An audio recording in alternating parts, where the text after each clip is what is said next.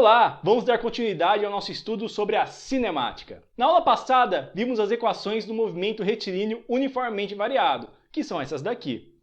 Na aula de hoje, a gente vai continuar a trabalhar com essas equações. A diferença vai ser que antes estávamos trabalhando na horizontal e agora vamos trabalhar na vertical, com a queda livre e o lançamento vertical para cima. Vamos lá! Foi Galileu que disse isso pela primeira vez, que se eu soltar dois corpos de uma altura próxima ali da superfície terrestre em um local que não haja resistência do ar, esses dois corpos vão chegar ao mesmo tempo à superfície, ou seja, esses corpos terão a mesma aceleração, independentemente de suas massas. E a aceleração desses corpos será igual à aceleração da gravidade, que aqui na Terra vale aproximadamente 10 metros por segundo ao quadrado.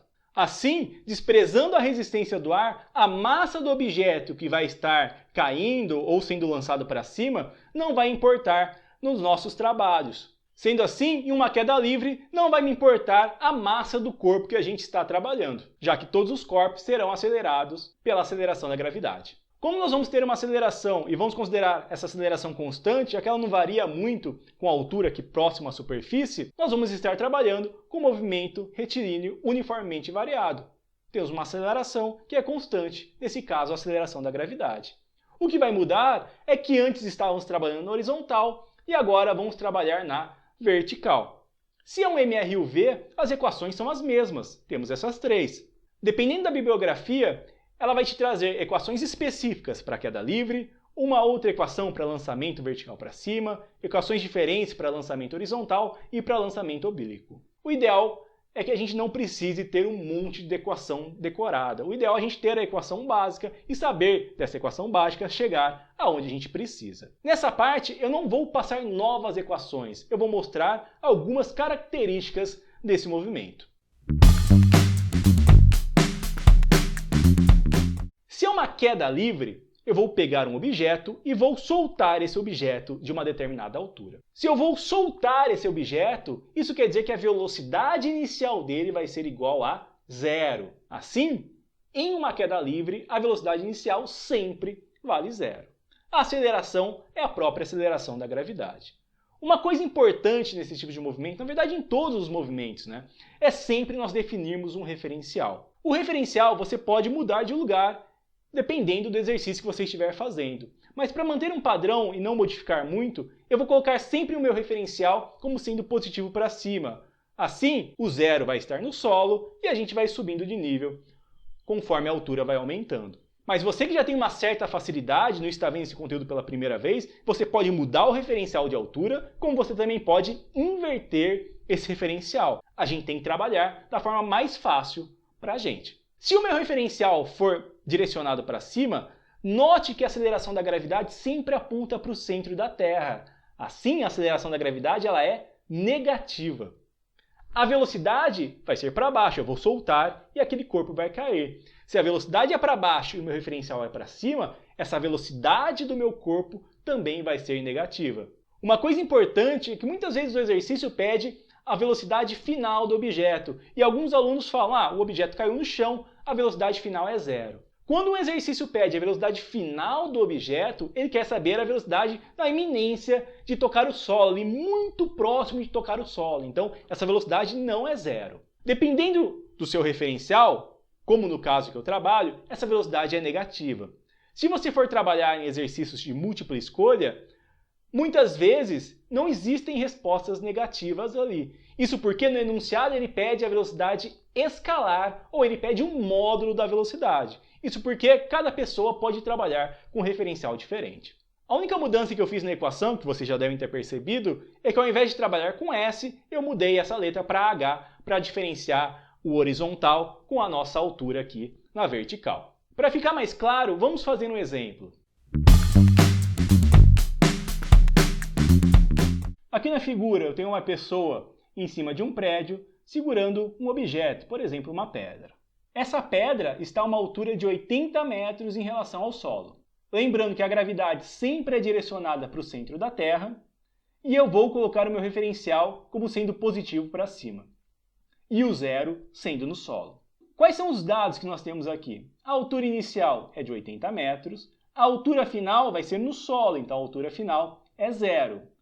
Por se tratar de uma queda livre, a pessoa vai soltar aquele objeto, a velocidade inicial vale 0 e a aceleração da gravidade menos 10 metros por segundo ao quadrado.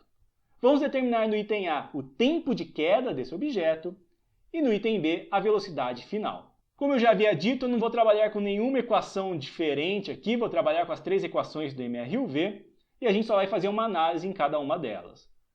No item A ele quer o tempo, então a gente tem que trabalhar ou com a primeira ou com a segunda equação. Lembrando que a velocidade inicial vale 0 e a altura final também vale 0. Vamos analisar a primeira.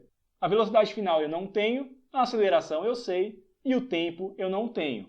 Na segunda, a altura final vale 0, a altura inicial eu tenho, velocidade inicial vale 0, então todo aquele termo vai para 0, a aceleração nós temos e a gente quer determinar o tempo. Podemos trabalhar com essa. A equação fica menos a altura inicial é igual a aceleração vezes o tempo ao quadrado sobre 2. A altura inicial estava na direita da igualdade, mudamos para a esquerda, alterou o sinal. Substituindo os valores, a altura inicial é de 80 metros, a gravidade, note, vale menos 10 metros por segundo ao quadrado. A gravidade aponta para baixo e o meu referencial eu coloquei apontando para cima, multiplicado pelo tempo ao quadrado sobre 2. Podemos multiplicar ambos os lados por menos 1 e podemos cancelar o 0 do 80 com o 0 dos 10. 2 está dividindo, passa multiplicando, assim t ao quadrado é igual a 16. Se t ao quadrado é igual a 16, t é igual a mais ou menos a raiz de 16. O tempo é positivo, então vamos ignorar o resultado negativo. Com isso, o tempo de queda é de 4 segundos. Vamos determinar a velocidade final, a velocidade na iminência de tocar o solo. Podemos trabalhar com essa equação, v igual a v0 mais at. Velocidade inicial vale 0, substituindo. Velocidade final é igual a menos 10, multiplicado pelo tempo, que vale 4. Sendo assim, velocidade final é de menos 40 metros por segundo. Lembrando que esse sinal negativo indica que a minha velocidade é contrária ao sentido do meu referencial. Visto a queda livre, vamos analisar o lançamento vertical para cima. Nesse tipo de lançamento, nós vamos jogar um objeto para cima, na vertical. Se ele vai ser lançado para cima, ele precisa ter uma certa velocidade, porque senão ele não sobe. Então ele sai com uma velocidade inicial, mas nós temos a aceleração da gravidade que é direcionada para baixo. Velocidade para cima, gravidade para baixo, temos um movimento retardado, ou seja, essa velocidade ela vai diminuindo com o passar do tempo. Se essa velocidade vai diminuindo, vai chegar um ponto que a velocidade vai ser igual a 0. Esse ponto vai ser a altura máxima que o objeto vai atingir. Depois que ele atinge a altura máxima, a aceleração da gravidade vai começar a aumentar a velocidade desse objeto. Velocidade para baixo e aceleração para baixo. Temos um movimento acelerado. Note que o que desacelera o objeto durante a subida é a aceleração da gravidade e o que acelera esse objeto durante a descida também é a aceleração da gravidade. Sendo assim, o tempo que demora para esse objeto subir vai ser o mesmo tempo que demora para esse objeto descer. Ou o tempo de subida é igual ao tempo de queda. Outra coisa, vamos supor que esse objeto saiu com uma velocidade de 10 metros por segundo. Se ele sai com 10 metros por segundo, lembra, ele saiu de 10 metros por segundo, subiu, parou e depois vai descer. A distância que vai percorrer tanto na subida quanto na descida é a mesma. E o que está desacelerando na subida é o que vai acelerar na descida. Então, se ele sai com 10 metros por segundo, quando ele retorna para esse ponto, ele também vai ter em módulo 10 metros por segundo. Então, como característica, esse movimento tem: no ponto mais alto, a velocidade vale 0. O tempo que demora para o objeto subir é o mesmo tempo que demora para o objeto descer. Uma coisa importante, para fazer o estudo desse movimento, ou eu analiso a subida, ou eu analiso a descida. Eu não posso analisar o ponto inicial sendo o mesmo que o ponto final. Então separamos o movimento em dois, a subida e depois a descida. Vou manter meu referencial positivo para cima também, sendo assim a aceleração da gravidade vai ser negativa. Lembrando, eu não vou alterar aqui as minhas equações. Nós vamos fazer uma análise durante os exemplos. Vamos ver se fica claro. Nesse exercício, temos um objeto sendo lançado para cima com uma velocidade inicial de 30 metros por segundo. Esse objeto estava na altura do solo. Ele quer que a gente determine o tempo de subida, o tempo total, ou seja, o tempo que demora para ele sair de próximo ao solo e retornar próximo ao solo, e a altura máxima que esse objeto alcança. Vamos analisar ali. Lembrando, quando o objeto atinge a altura máxima, nós temos uma inversão do movimento. Ele estava subindo, agora ele vai começar a descer. Sendo assim, no ponto máximo, a velocidade vale 0. A gravidade sempre aponta para o centro da Terra. Se eu definir o meu referencial como sendo positivo para cima, a gravidade ela vai ser negativa. Lembrando que ou eu analiso a subida ou eu analiso a descida. Eu vou coletar os dados aqui para análise da subida. Então, na subida, a altura inicial vale 0, porque ele sai do solo. A velocidade inicial vale 30 metros por segundo. A velocidade final, que é na altura máxima, vale 0. E a aceleração da gravidade, como é contrária ao referencial, vale menos 10 metros por segundo ao quadrado. As equações são as mesmas. Como eu não sei o valor da altura máxima e ele quer saber o tempo de subida, eu só posso trabalhar aqui com a primeira equação. Substituindo, velocidade final é igual a 0, velocidade inicial é igual a 30, aceleração vale menos 10, ela é contrária ao referencial, e o tempo de subida que a gente quer determinar. 30 está positivo, foi para lá negativo, menos 30 é igual a menos 10 vezes o tempo de subida. Sendo assim, o tempo de subida é de 3 segundos. Lembrando que se ele demora 3 segundos para subir, ele também vai demorar 3 segundos para descer. O item B fica fácil. O tempo total vai ser 2 vezes o tempo de subida. Tempo total igual a 2 vezes 3, o tempo total vai ser de 6 segundos. No item C ele quer a altura máxima, então vou trabalhar com uma equação que tem a altura. Vamos trabalhar com a segunda. H é igual a H0 mais V0t mais AT² sobre 2.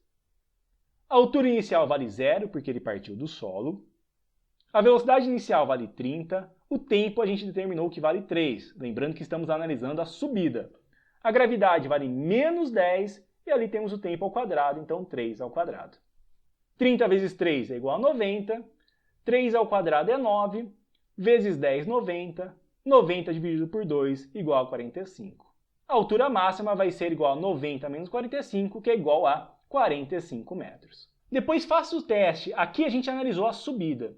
Para o item C, ficaria mais fácil ainda se a gente analisasse a descida, porque na descida a velocidade inicial vale 0 e acaba simplificando ainda mais a nossa equação. Bom, vimos os dois tipos de movimento, tanto a queda livre quanto o lançamento vertical para cima. Aqui eu preferi não trazer nenhuma equação nova para vocês, preferi mostrar algumas características desse movimento e a gente continua trabalhando com as equações do movimento retilíneo uniformemente variado. Uma coisa importante aqui é sempre definir o referencial. No meu caso, eu acabei sempre definindo como sendo positivo para cima. Mas nada impede, se você quiser, definir ele sendo positivo para baixo. Só não esqueça de analisar o sinal das grandezas que você vai trabalhar. Na aula de hoje é só. Nos vemos na próxima semana. Até mais!